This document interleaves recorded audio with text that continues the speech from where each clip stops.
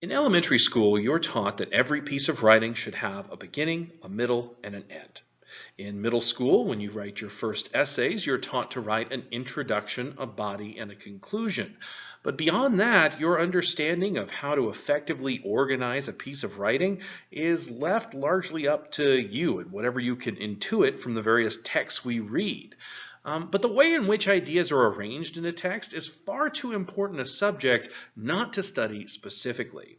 And so that's what we're going to study in this lesson. If you take away nothing else from this lesson, take this away, that the order of ideas matters. I know that to a lot of you that seems to go without saying, but it's an important thing to keep in mind throughout this lesson and throughout the remainder of our year as we continue to refine our writing process. The order of ideas matters in a piece of writing. See, effective writing arranges ideas to meet an audience's needs.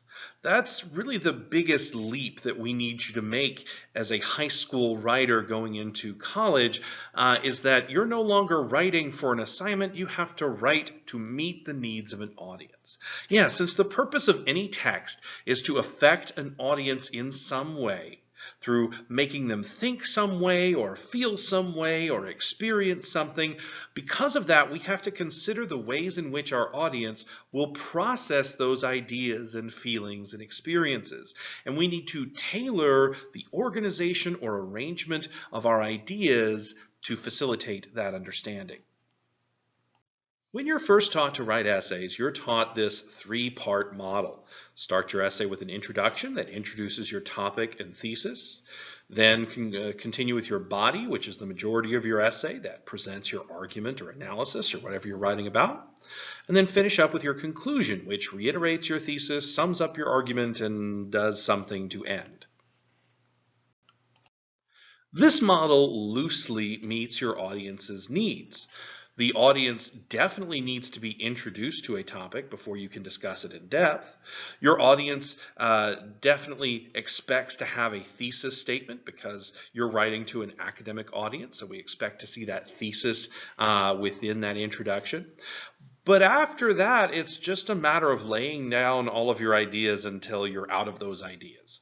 Yeah, the body and the conclusion, we just kind of lay down in whatever order that we can until we run out of ideas. In order to more effectively arrange a text, we need a more strategic approach, one that more carefully considers our audience's needs. Here then is going to be our arrangement prime directive, so to speak, the principle that we're going to guide all of our organization techniques and strategies off of. Your ideas must be arranged in such a way that if someone rearranged the main ideas of each paragraph, your discussion would lose some of its meaning and or effect. In other words, I shouldn't be able to put your essay or even just the body of your essay into a blender, hit puree, and then pour out an essay that reads much the same way as before. I shouldn't be able to do that because it should be arranged in such a purposeful way that no one should be able to mess with that arrangement without losing something significant. A quick note here before we look at this more complex pattern of arrangement. In order to design a pattern of arrangement that meets an audience's needs, it may help to break up any text you're writing into a series of stages to work through or goals to achieve rather than just a series of parts to put together. Parts to put together implies a certain level of interchangeability. And if you write an essay correctly, those parts should not be at all interchangeable. And so I prefer to put the word parts aside. You're not writing a series of parts. You're working through a series of stages. You're achieving a series of goals that get you from point A to point Z with your audience. Here then are the general stages that we're going to use to conceptualize how an essay ought to be organized or arranged. So generally, any essay you write should work through these stages or goals, and they should go in this order. 1, engage the audience. 2, prime the audience for your discussion. 3, guide the audience through your reasoning. 4, lead the audience to your conclusion. And 5, make the audience care. Let's look now at each stage individually, starting with stage 1, engaging the audience. That means provoking interest in the audience or provoking their curiosity at what you have to say. We often call the beginning of an essay the hook, and that's because we're trying to hook the audience in. Here we also need to introduce the topic. That's another way to engage them. And finally, stating our position, giving that thesis. That's another way to engage them, because a well-worded thesis should prompt the audience to wonder, how is that possible, or why is that necessarily true? Stage 2, priming the audience for your discussion. This means to establish whatever common understandings are necessary in order for your audience to grasp the arguments that you need to make in the rest of your body. Okay, so providing any background information that the audience needs to know. Finding any common ground if the issue is particularly contentious. Narrowing the scope of your discussion, saying that I'm not talking about this necessarily, but really just about this. Or coming to terms, meaning defining what it is that you're actually talking about in your argument. These are all things that can help prime your audience, get them ready to hear your actual lines of reasoning. Stage 3, guiding the audience through your reasoning, is exactly what it sounds like. Systematically working through that argument or an analysis. Making point A, then using point A to make point B, and then using point B or points A and B to make point C, and so on and so forth.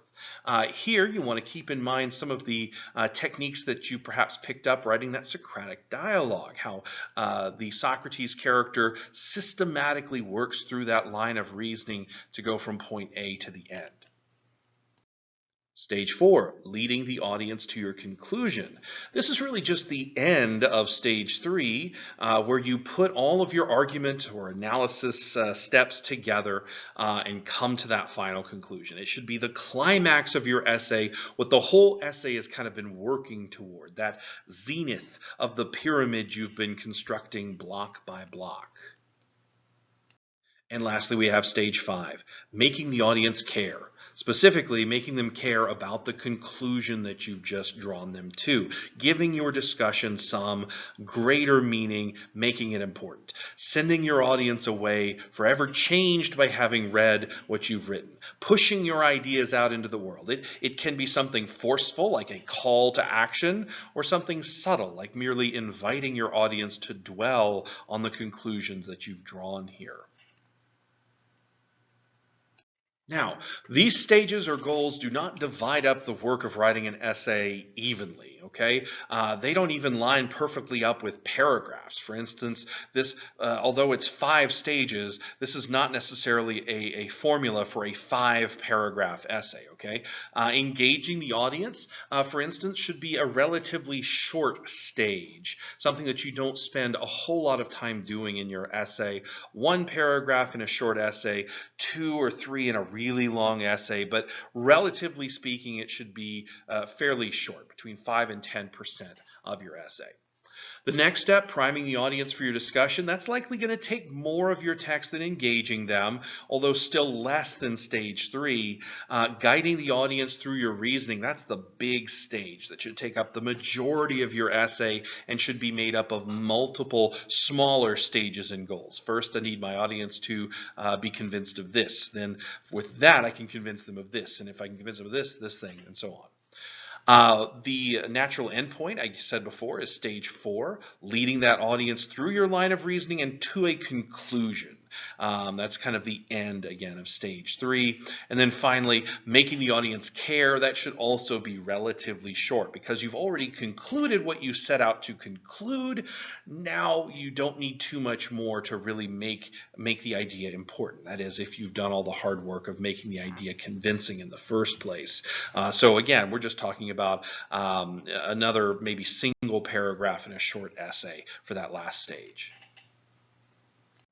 Go ahead and pause the video at this time to complete parts A and B of the practice activity, which asks you to practice analyzing the arrangement of a sample text. When you finish each part, make sure you check your responses against my sample responses, and then unpause this video to continue. The final part of the practice activity, Part C, asks you to analyze the arrangement of another essay by outlining the way it progresses through the 5 stages covered in this lesson.